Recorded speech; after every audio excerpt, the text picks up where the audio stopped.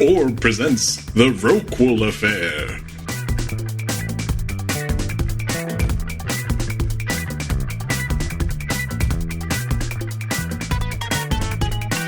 This is Gary Butterfield. This is Cole Ross. And it's a type of whale, so you don't have to Google it. It's the biggest type of baleen whale. Including, it's a whole family. It's got blue whales. It's fine. Yep. It's fine. That is the fakey, obscure word they used for this title. Yeah. Second part of the Morphic trilogy here. We're talking about this episode, which was written by Doc Hammer. Originally aired August 12th, 2018. Yeah.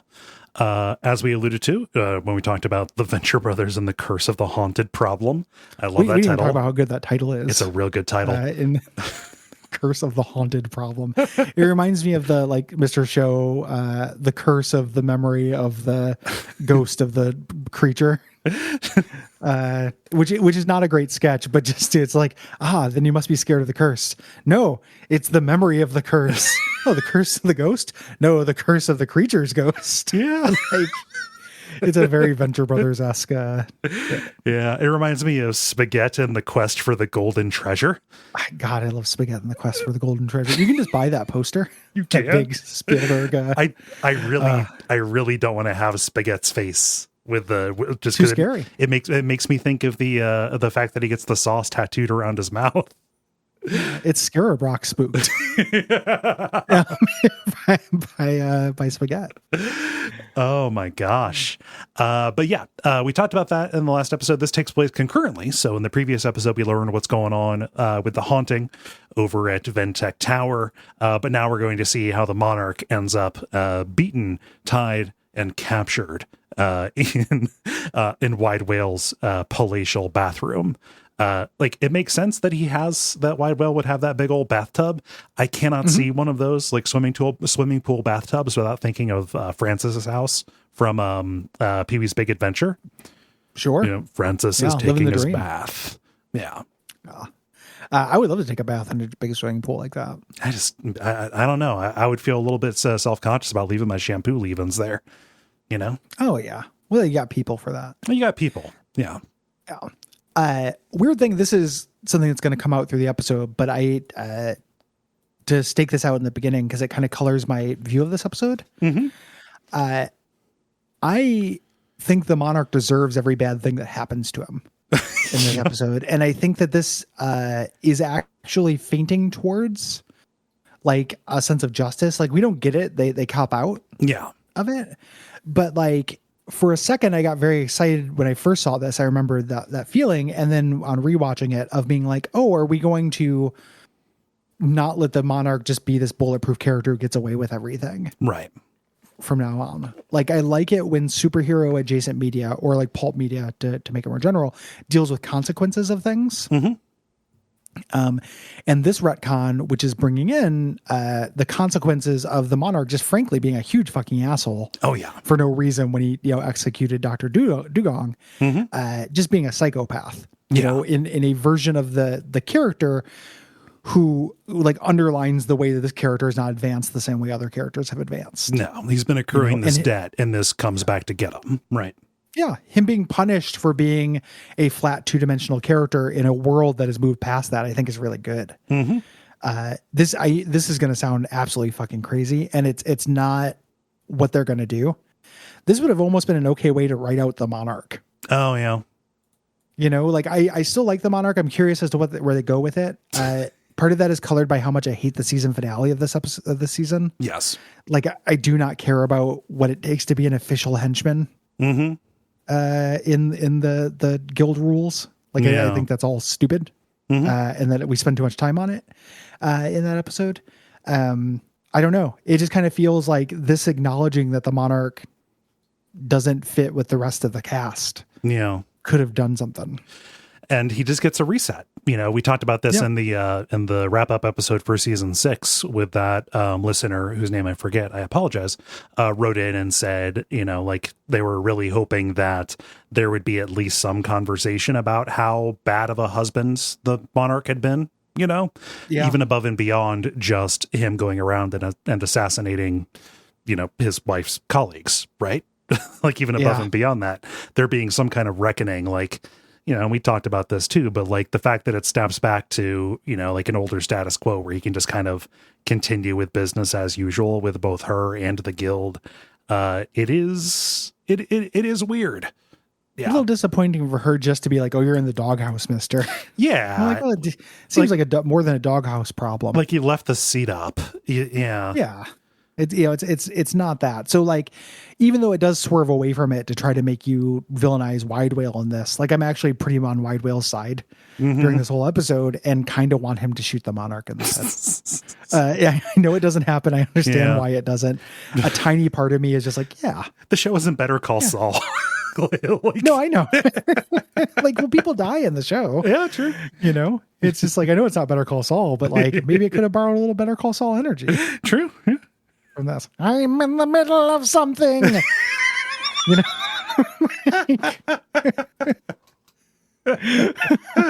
Oh man. So anyway. But he gets got because just do it, Walter. Don't make me listen to you. I want to die in peace, Walter. Fuck you, you psychopaths.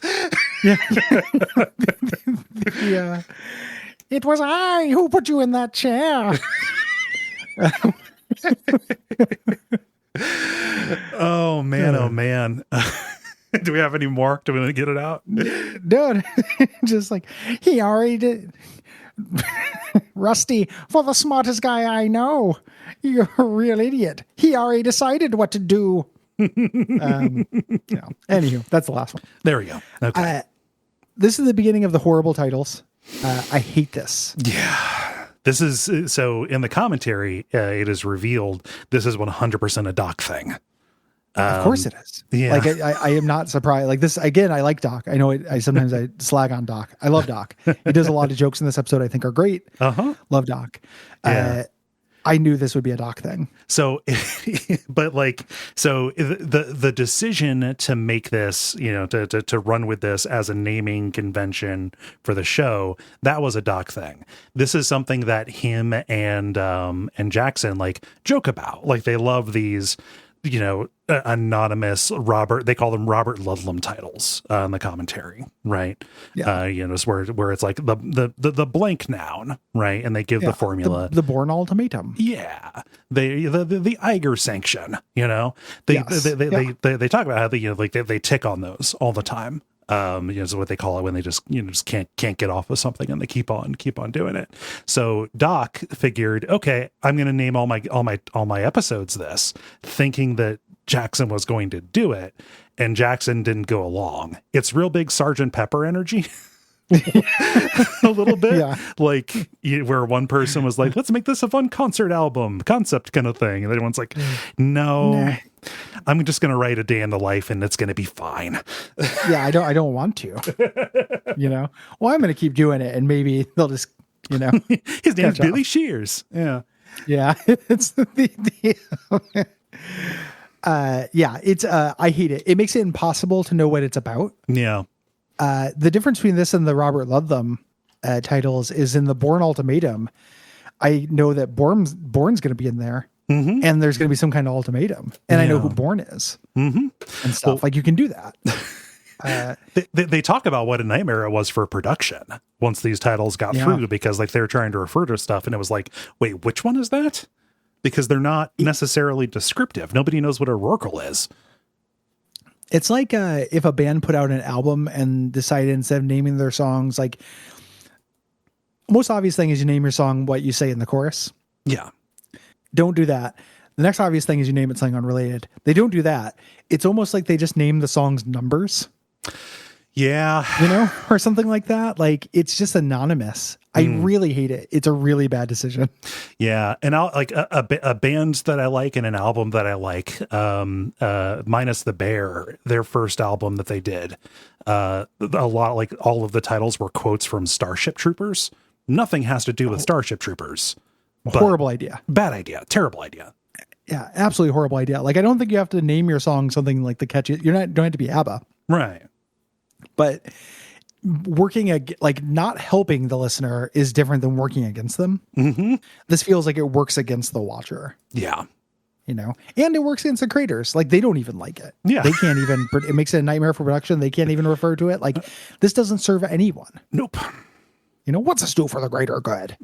It's a real bummer. I don't want to do this anymore. I'm not gonna Yeah, I did. It sucks. Yeah. The episode is full of Jaws references. Mm-hmm. You know, eventually you just kind of end up feeling, you know, you're in the water. Yeah. With them, so it doesn't even stand out. But like, yeah. It nonstop Jaws. The only one that feels egregious is when Red Death does his, you know, he squeezes the cup. You know, like you know me, you know how I make my living. Yeah. You know, like of course you all make your living the same way, guys.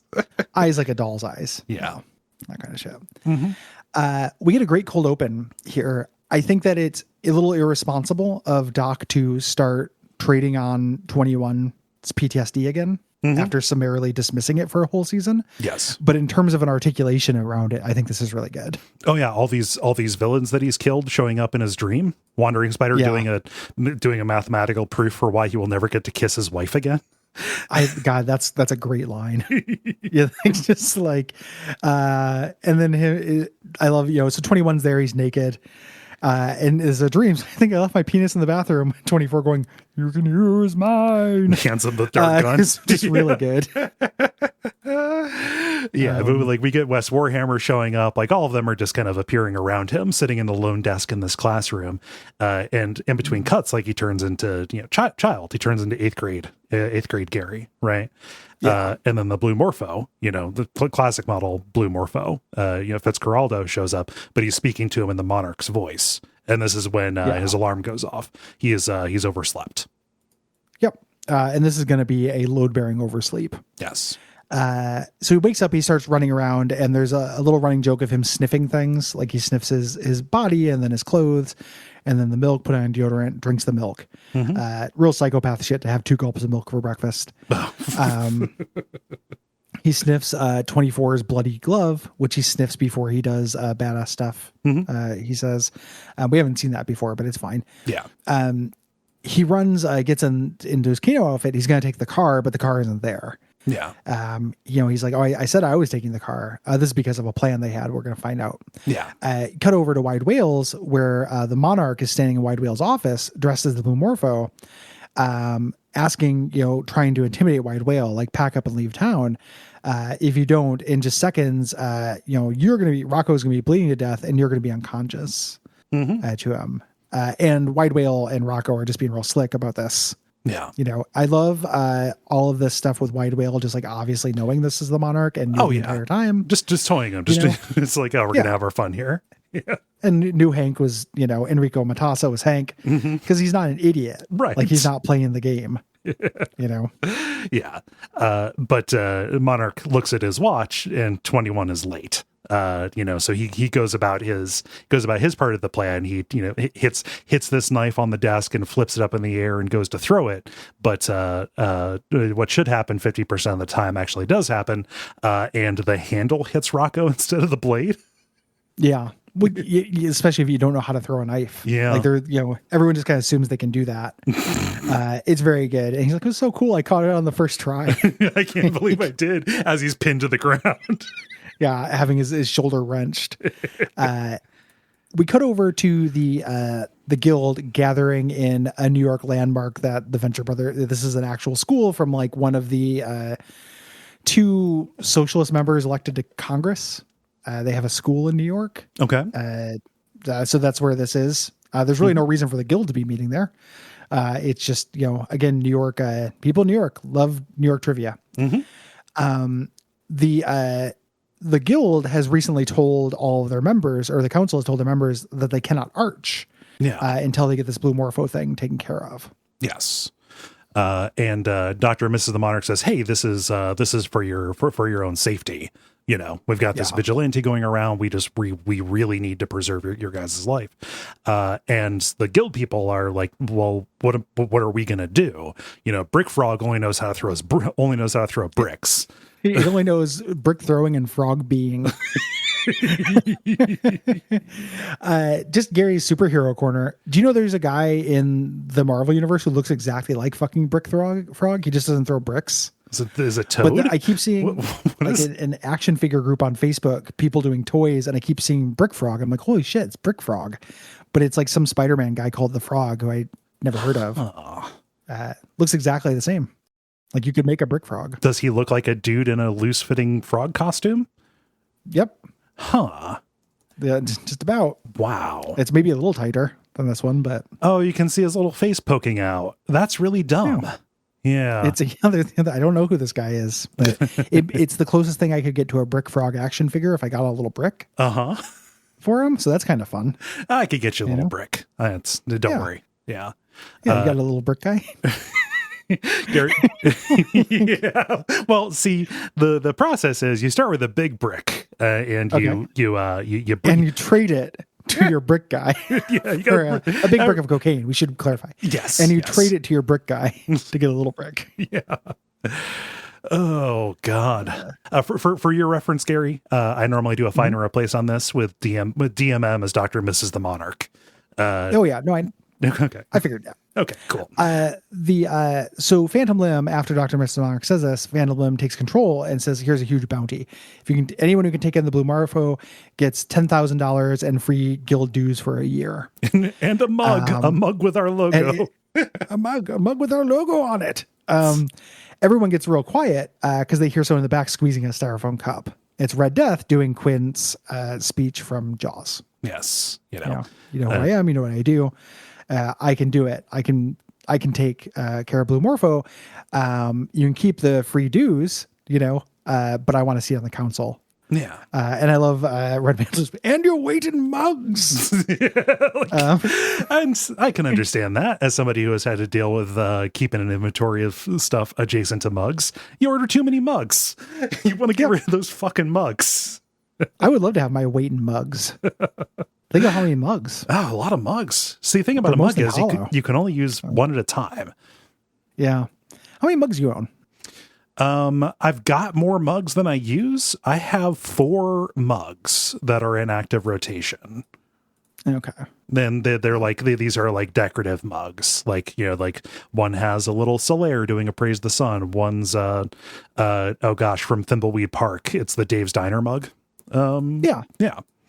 I love a mug. Like no judgment. Like I also have branded mugs. Yeah. It's like where you put your graphic tees as an adult. Yeah. You put graphics you like on a mug. Yeah, but I've got them hung up on my little coffee station on little pegs. Those are the active mugs or no? Those are active mugs. I've got them hung up. Good. No, I just instead of keeping them in a cabinet, I keep them hung there. So when I want coffee, I can just walk over to the coffee station and make the coffee using the mugs that are right there. The caffeination station. Yeah. I was just thinking about how for a second it sounded like you're keeping them in like mint condition. Oh God, no. A mug's meant to be used. Yeah. Mug must be used. Yes. I would love a guild mug. And he wants to see it on the council. That's our like dun moment. Yes. Yeah, which is fine. They've got many open seats on the council and might as well be Red Death. Like he'd be a good council member. Everybody respects him. He's competent. Yeah. I don't know why he's not already on the council. Yeah. Back at Wide Wale's penthouse, Rocco is tied up to the Blue Morpho. And he starts talking about how his ex-wife was into this stuff. That's how he learned how to do these knots. Rocco and Wide Wale's like improving and back and forth buddying, and this is really good. Yeah. Wait, Lisa? Lisa from Oakdale? Oh, yeah. You wouldn't believe it. Lisa, huh? Little Lisa. Yeah. You don't know the half of it. Like, it's very well observed bro talk. Yeah.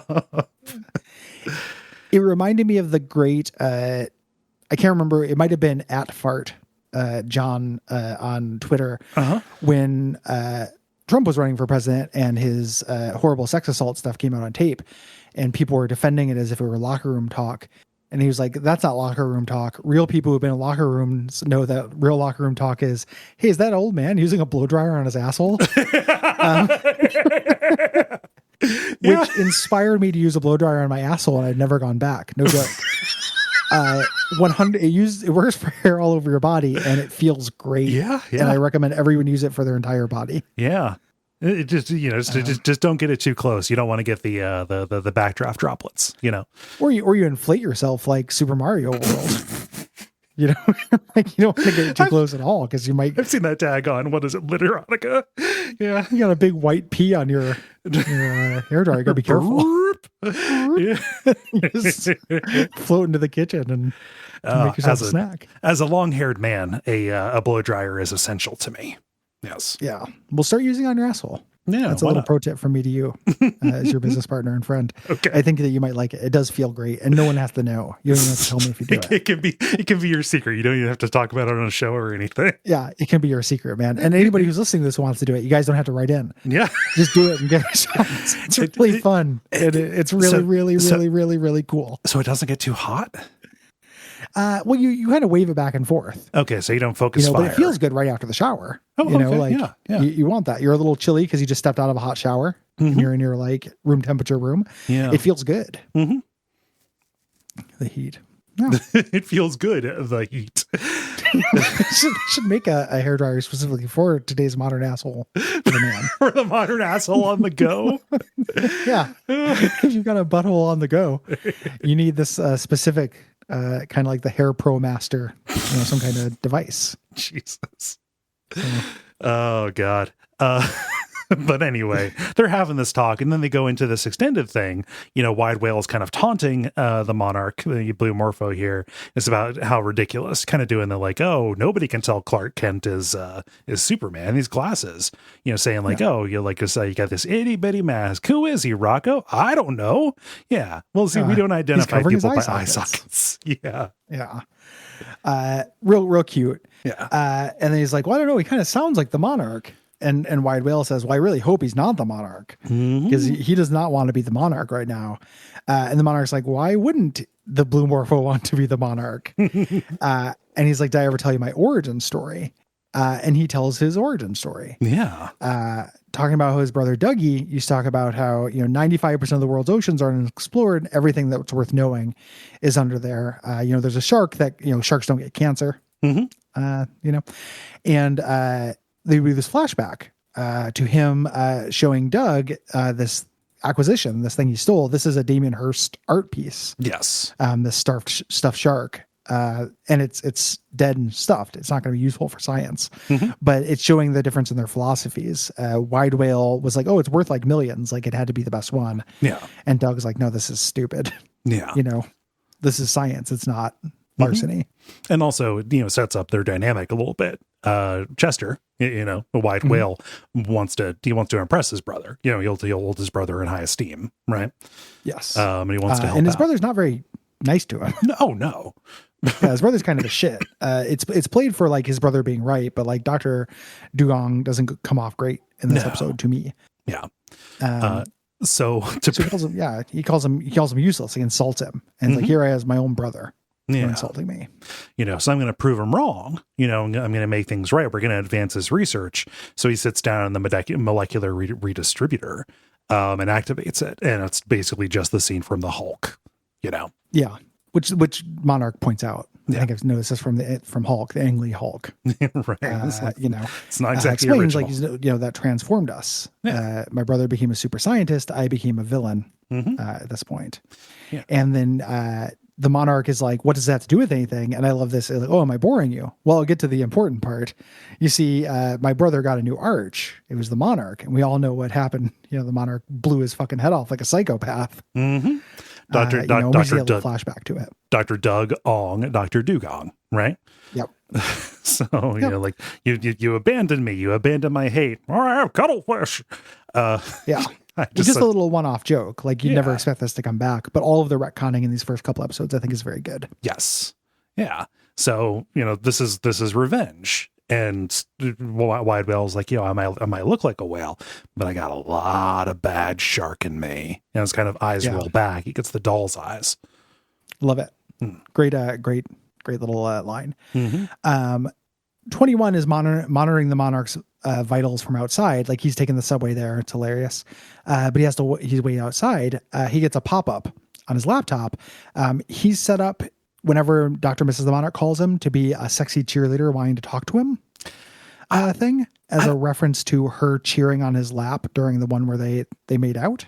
He hasn't set this up. This is just how their messaging goes, because he does the, tries to do like a little cheer to greet her. It's like, ha ha, you're the only person, you're the third person who's done that. So it's not just with him who this happens to. He does the specific, he's doing the cheer that she did in that episode. Like, you're Gary. Yeah. You're Gary. Like he's referencing that specific thing. And the way I read it was she was saying, oh, you do this all the time. But she specifically says, oh, you're the third person who's done that. Why would it be? I mean, I have to look at it again. Yeah. I'm not trying to doubt you about that specific thing. It just doesn't make any sense. Yeah. For Dr. and Mrs. the Monarchs, I think it's calling card to be a pop-up ad for a cheerleader. Like maybe it's like covert, like, okay, we don't want it to be, to come through as like a missed call from the Guild of Calamitous Intent. Like, here's a pop-up for you to accept, spycraft kind of stuff. It's not explained in any case. It felt like just like a kind of a weak callback. Yeah. Like I in my head, I'm kind of couple it with the beginning of the episode with Doc Hammer deciding he's all of a sudden interested in, 21's PTSD. Mm-hmm. Like, and just kind of doing, bringing back things from these episodes, like reminding us, like it's such a weird specific callback, and it's not funny or anything. There's no joke, like her just being like, come on. Like, it's also not, it's very misguided regardless of what happened. This is fumbled and should have been cut.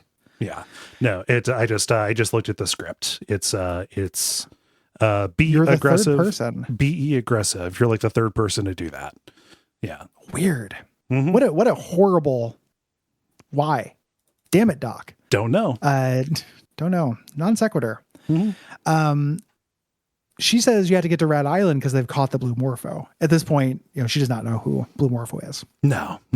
Rat Island is a real thing. It's not as big as it appears here, but it's like a big pile of rocks that rats like to hang on. That's been in the New York Harbor forever. So yeah, chaos mode. Yes. When they get there, Tunnel Vision claims that he's caught the Blue Morpho here, and there is a homeless guy who's kind of dressed up like the Blue Morpho. Yeah. Is the implication here that Tunnel Vision is trying to fake the bounty by dressing up a homeless guy? Oh yeah, just like, they wouldn't know. Like what? All they need is somebody dressed like the Blue Morpho. So he's just trying to fake the bounty.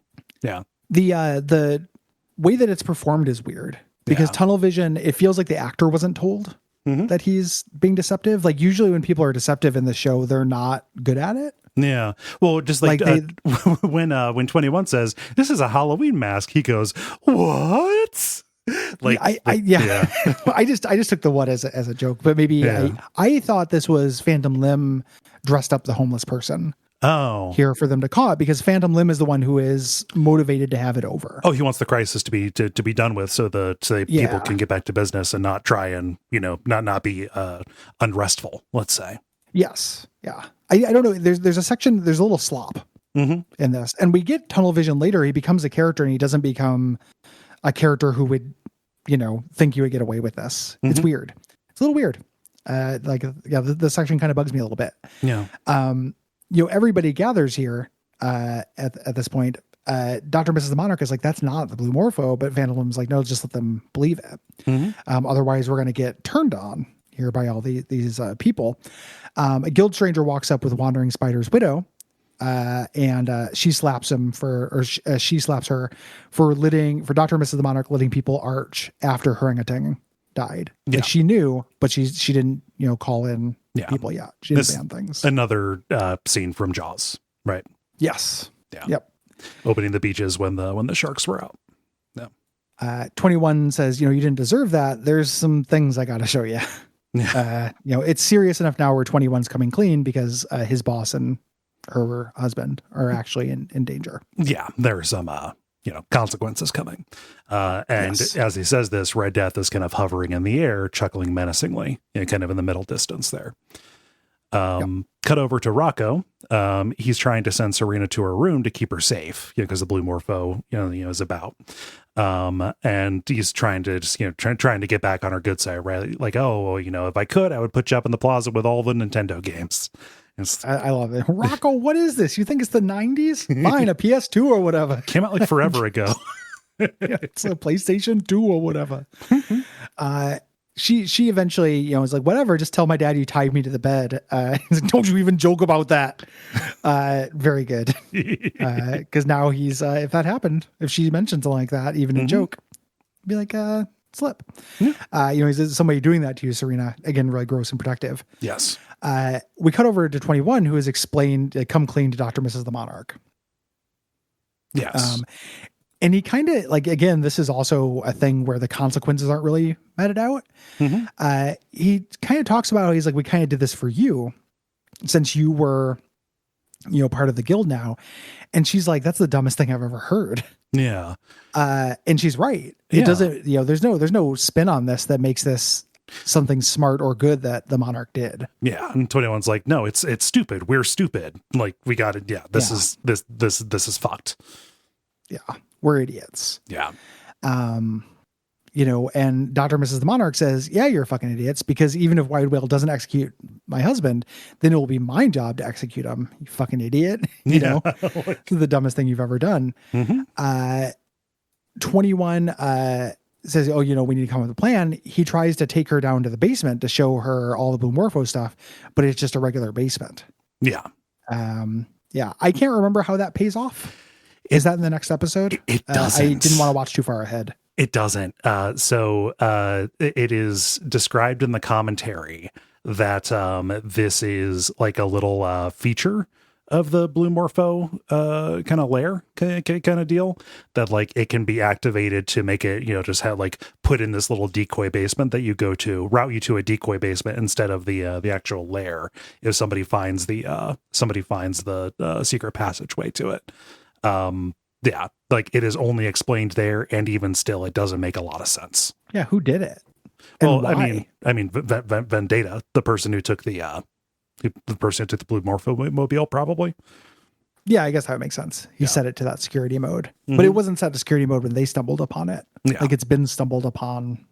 Yeah. A little silly. And also, I don't think that if she had seen the Blue Morpho cave, I don't think that would. It wouldn't make her feel. I mean, she already believes. She already, she knows the story. Like, oh, his dad was the Blue Morpho, stuff like that. Yeah, it doesn't. It feels like it's solving a plot problem that doesn't exist. Yeah. So sloppy. The Dr. Mrs. Monarch says we're going to get some real help for this. We go to a dream sequence. The Monarch emerges from this ocean yelling at Rusty, who's on the shore. And he's like, join me. Rusty says no. And he's like, you were never there for me. They're just, again, bringing back the brotherhood seed. Something grabs him in the water and pulls him down. And this is Rocco having thrown a bucket of water in his face. Yeah, just waking him up. And he raises a good point. Like, my teeth are loose. You guys keep punching. Like, yeah, you got to start knocking me out other ways. Yeah. I love this as an illustration of, again, it's not Better Call Saul, but these are just like gangsters. There's a weird way in which the Monarch is kind of the opposite of JJ. Yeah. JJ didn't want to play the game. Monarch doesn't want to play the game in the other direction. He doesn't want to play it by the guild's rules. You think it's stupid because like he has a reason to do it that is not monetary, right? Yeah, like he still loves all the the ridiculous marionette, the death traps, and all that shit. And then Wide Wale is this third thing. Like he's just a businessman. Yeah. He's a real life criminal. In a weird way, he's way more dangerous than the Monarch. Oh yeah. Like he actually just murders people probably all the time. Oh, 100%. Yeah. Yeah. So him just being like, stop doing this. I'm like, no, this is the point. We are trying to hurt you. Yeah. Yeah. And Wide Wale's, trying to intimidate him and, drop some mobster Italian, being menacing, something about the family, whatever. And Mar's like, I don't speak Italian. And he even says like, wait a minute, this doesn't make any sense. Isn't Ong a Chinese? Isn't that a Chinese name? And Wide Wale's like, well, actually it's English. I'm English, but I had my wife, she was half Italian. I spent some time working abroad in college, it was work study. Work study. Yeah. And like, oh, sure. They don't believe it. University of Palermo. Going to England and coming back a few whiffins past. Yeah. I love Rocco turning on Wide Wale in this, and Monarch and Rocco just kind of bonding over their hatred of people who pick up those accents. Fucking theater kids.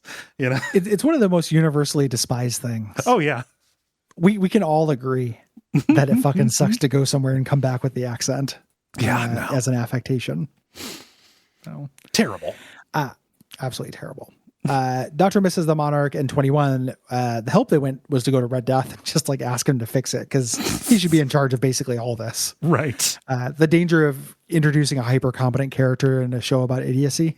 This is great. Red Death is just, with Lila. They're introducing him to his work friends. This is Gary and this is Sheila.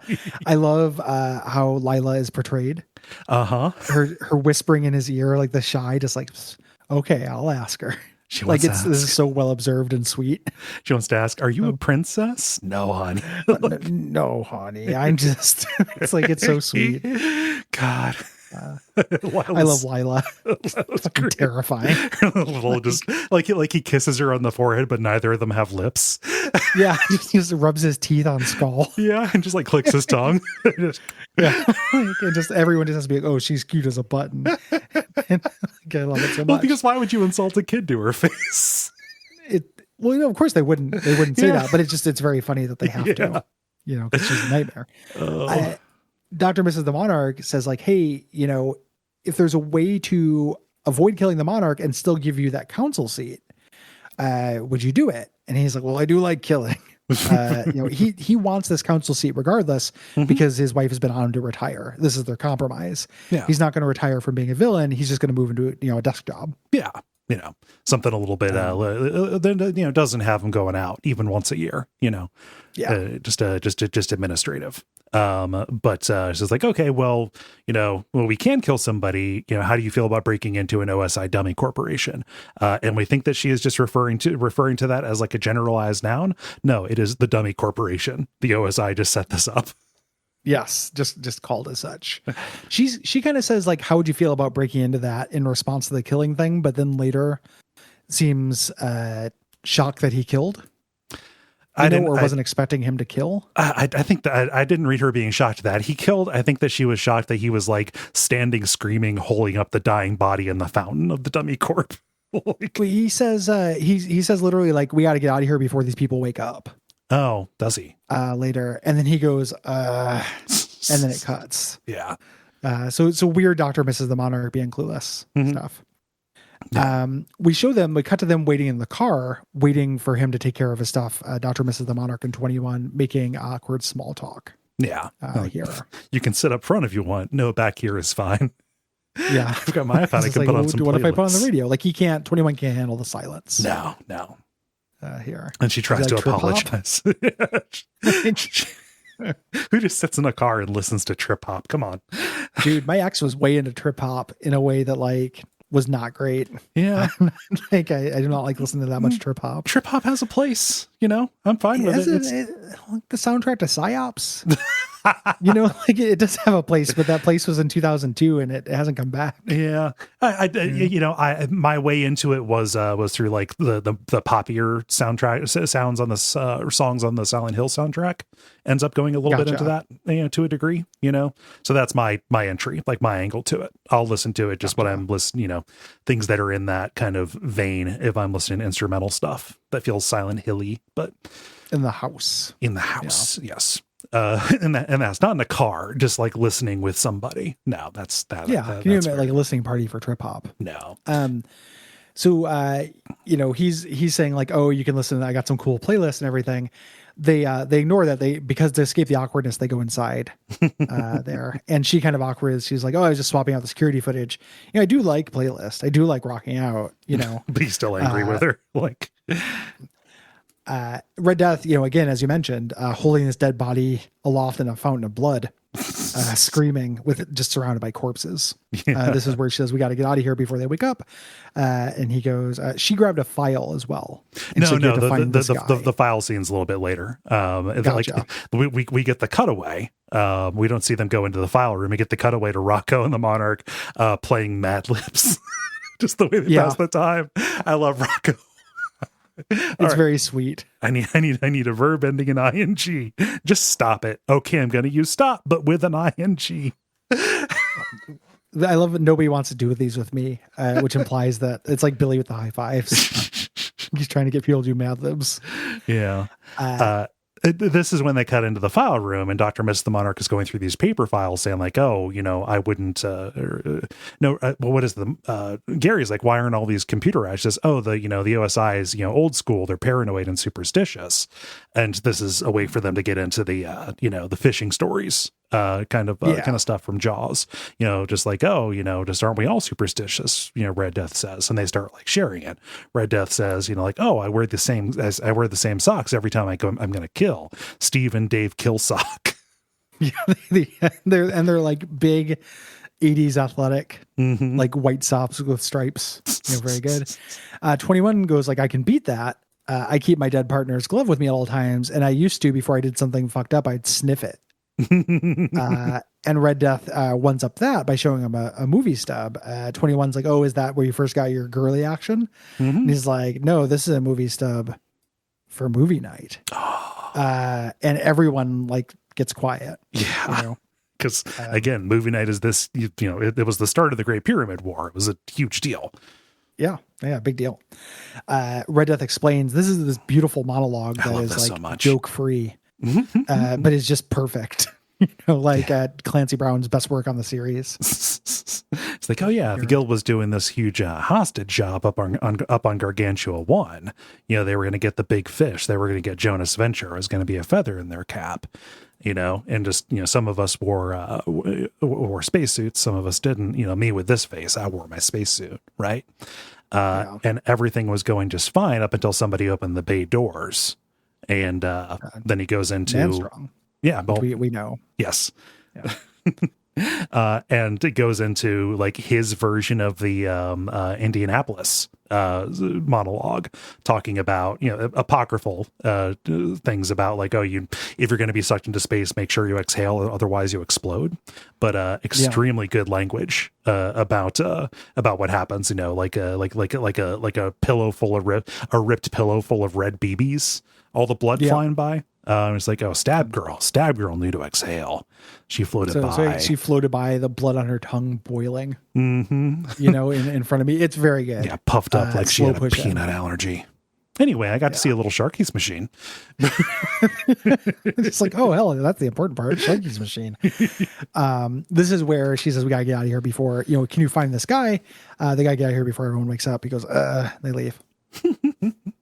We cut over to Wide Wales, where Dr. Mrs. the Monarch is using her sex appeal to get past the guards. Yeah. She drops some keys and bends over like, hey, is the she-wolf of the SS. The more people point out the fact that she's just straight up dressed as a Nazi. Yeah. But she goes and she's like, you guys must be so sexist that you wouldn't even hit a girl even if she does this. And knocks him out. Yeah. Gives him the old 1-2. Yep.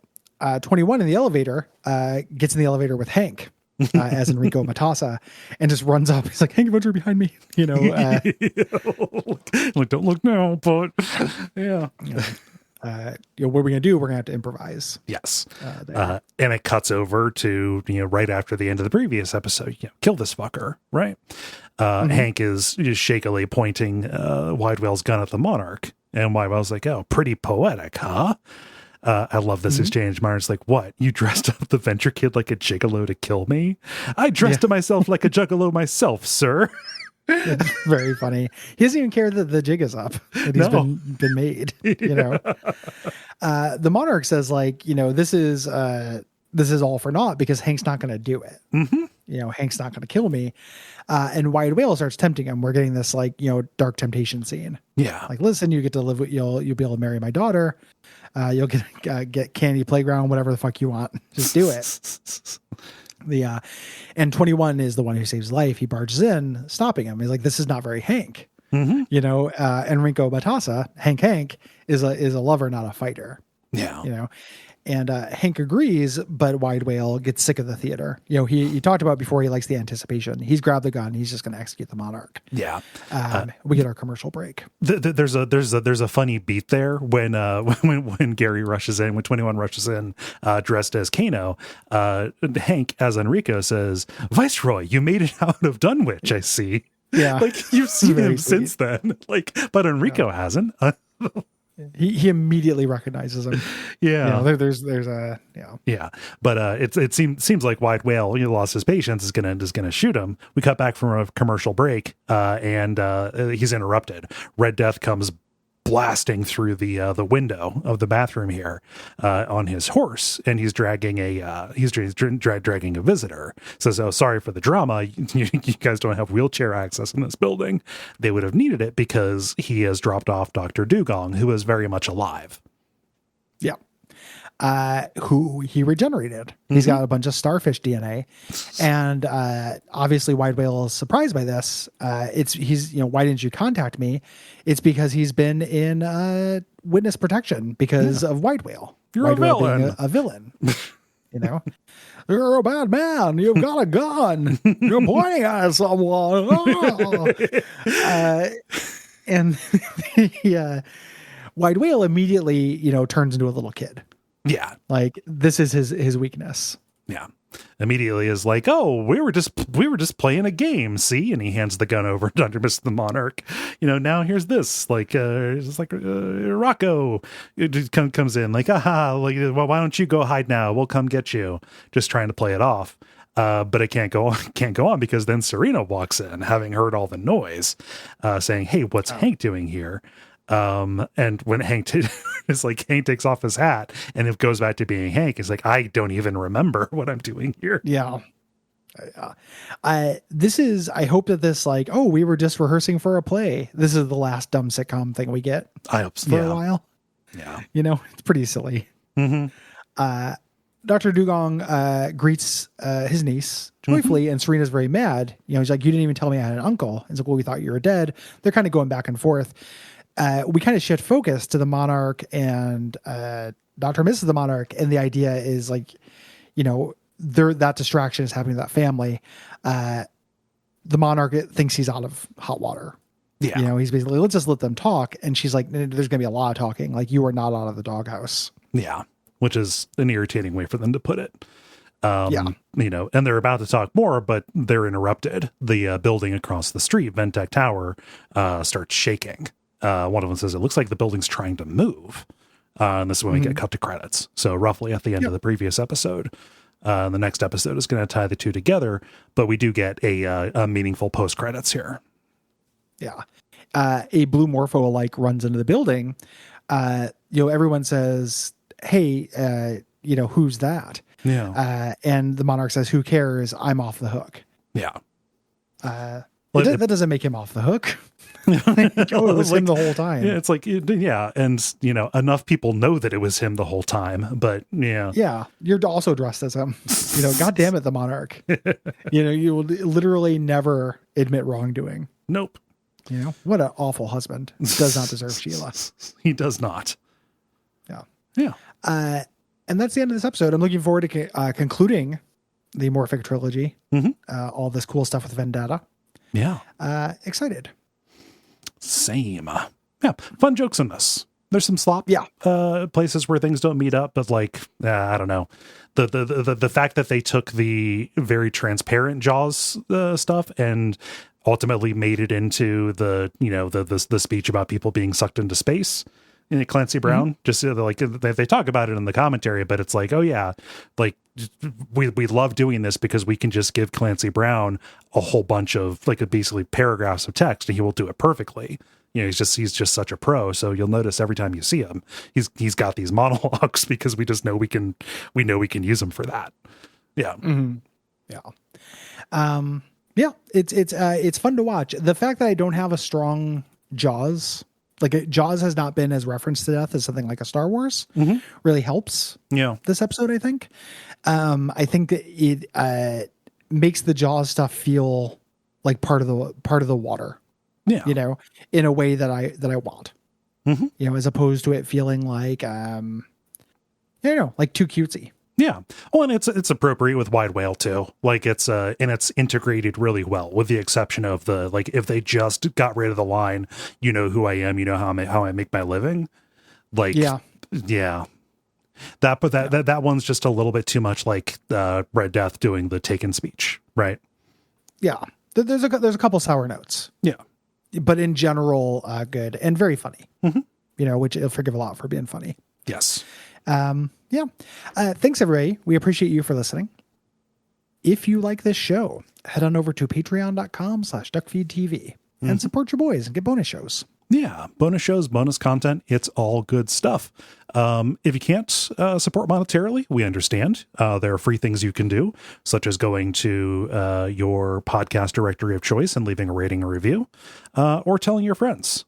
We're getting close to wrapping up, and as the movie gets closer, people are going to be getting into the Venture Brothers. Sell us as a companion to the Venture Brothers. Yeah, we are the fourth and fifth Venture Brother in terms of nothing. Yeah, but you could tell people that. Yeah, if you want, we wouldn't mind it. Yeah, I think that's about it. Ratings, reviews, and until next time. Go Team Venture.